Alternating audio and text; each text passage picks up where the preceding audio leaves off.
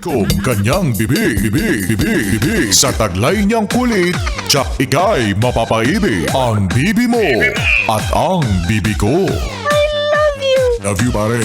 Bibo! Bibo!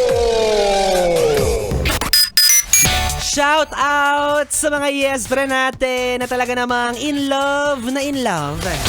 Pero ang love song ay secret love song. O, diba? Hindi mo maipagmalaki.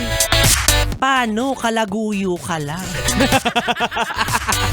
O, yan yung tinatawag nating pinagtagpo pero tinago. Dinate pero sa malayo. Bawal i-post, bawal i-my day. Kaya ang tawag dyan, pagmamahal na may halong kaba.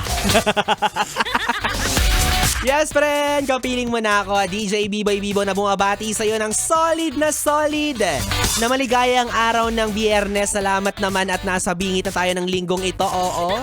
Masyado nang mahaba ang week na ito para sa atin. At para sa mga iilan nating mga yes, friend, ay talaga namang mas magiging mahaba pa ang inyong bakasyon. Dahil bukas ay wala kayong pasok, ang yayabang ninyo. Sana all. Okay lang, at least nakakapagtrabaho, nakakapaglibang-libang. Hindi ko naaalala yung panlolokong ginawa sa akin. Gagaya mo, di ba? Pag nasa bahay ka lang, mas may time ka magmukmok, mas may time kang mag-relapse, mas naaalala mo yung sakit na ginawa niya sa'yo. Pero tignan mo nga naman, di ba? Kahit na ginagawa mo na ang lahat ng paraan, yung tipong bisibisihan ka, tipong ginagawa mo na ang lahat para malimot lang siya, ay nandyan ka pa rin sa pagkakataon na lagi mo siyang naaalala. Pero alam ko naman na gumagawa ka ng paraan para tuluyan mo na siyang makalimutan. Tama yan, ha? Step by step, magagawa mo rin siyang kalimutan. Hello? Ulam nyo nga kahapon na ubod ng sarap, nakalimutan mo na, di ba? Sa pa kaya na hindi naman kasarapan? Makakalimutan mo rin yan.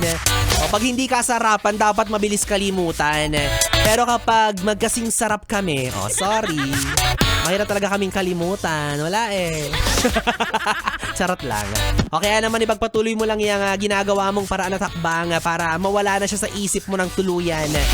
Tama yan, magpaka-busy ka. Kahit holiday pumasok ka bukas, magpakita ka sa boss mo para matuwa naman siya sa'yo, para doblehin yung sweldo mo.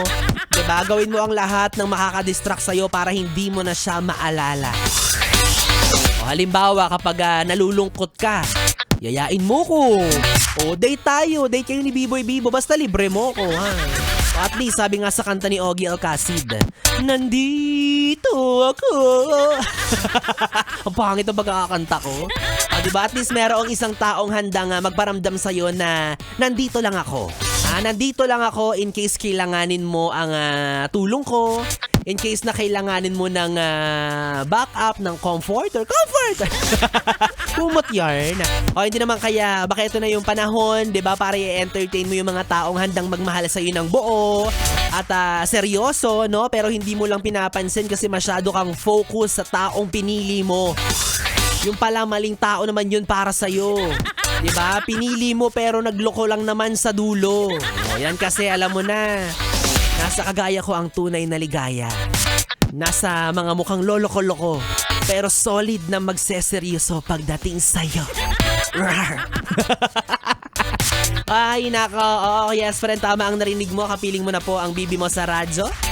Ako po ang DJ na mabilis bumayo ang dila sa mikropono. Ako po si DJ B-Boy.